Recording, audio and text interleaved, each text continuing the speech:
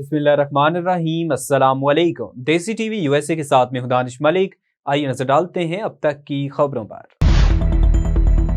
वजीर आजम मोहम्मद शहबाज शरीफ मुत्तहिदा अरब अमारात के सदर शेख मोहम्मद बिन जैद अल नहयान की दावत पर आज आला सतही वफ़द के हमरा 2 रोज़ा सरकारी दौरे पर रवाना हो गए।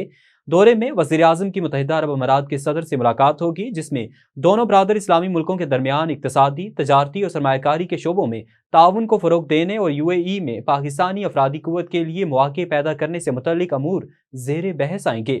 दोनों रहनुमा बाहिमी दिलचस्पी के मुतअद्दिद इलाकाई और आलमी अमूर पर भी तबादला ख्याल करेंगे। वज़ीर आज़म मुत्तहिदा अरब अमारात के वज़ीर आज़म और नायब सदर और दुबई के हाकिम शेख मोहम्मद बिन राशिद अल मखतूम से भी मुलाकात करेंगे। इस मौके पर वज़ीर आज़म तजारत और सरमायाकारी को बढ़ाने के लिए अमाराती ताजरों और सरमायाकारों से भी मुलाकातें करेंगे। सुप्रीम कोर्ट के जस्टिस मुनीब अख्तर कौमी इदारों की तौहीन रोकने के लिए दायर दरखास्तों में वकील पर बरहम हो गए। जस्टिस मुनीब अख्तर ने दौरान समाअत कहा कि क्या मीडिया को रेगुलेट करना अदालत का काम है? क्या अदालत अब बुनियादी हकूक का कट डाउन करेगी? वकील ने कहा था कि सोशल मीडिया को ब्रॉडकास्ट मीडिया की तर्ज पर रेगुलेट करने का हुक्म दिया जाए। जस्टिस मुनीब अख्तर बोले, इदारों की तौहीन होती है क्या? अदालत ने कहा कि बरतानवी अदालत का फैसला है कि हुकूमत की तौहीन नहीं होती, आपकी दरख्वास्त को खिड़की से बाहर फेंक देना चाहिए। वज़ीर आज़म शहबाज शरीफ और हमजा शहबाज पर मनी लॉन्ड्रिंग केस की समाअत 27 जनवरी तक मुलतवी कर दी गई। लाहौर में वज़ीर आज़म शहबाज शरीफ के साहबजादे सुलेमान शहबाज भी अदालत में पेश हुए। समाअत के दौरान अदालत ने सवाल किया कि क्या अभी सुलेमान शहबाज की अबूरी जमानत चल रही है। अदालत ने कहा कि ट्रायल में सुलेमान शहबाज की हाजिरी जरूरी नहीं, इनका अलग रेफरेंस फाइल होगा। एहतसाब अदालत के जज कमरुज़्ज़मान ने हमजा शहबाज की हाजिरी मुआफ़ी की दरख्वास्त मंजूर कर ली। एहतसाब अदालत ने वज़ीर आज़म शहबाज शरीफ को हाजिरी से मुस्तकिल इस्तिस्ना दे रखा है।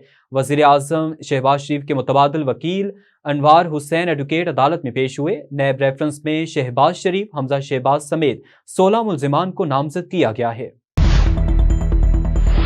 कंप्यूटर सॉफ्टवेयर बनाने वाली अमरीकी कंपनी माइक्रोसॉफ्ट ने मसनूई ज़हानत की मदद से सिर्फ 3 सेकंड तक किसी शख्स की आवाज़ सुनने के बाद हूबहू नकल तैयार करने की सलाहियत रखने वाला वॉइस एमुलेटर मुतारफ करा दिया।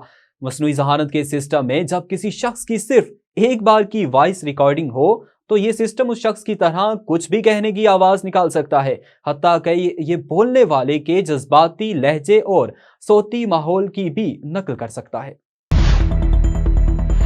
मगरबी किनारे में फायरिंग के 2 मुख्तलिफ वाक़यात में 2 फ़लस्तीनी जाँ बहक हो गए।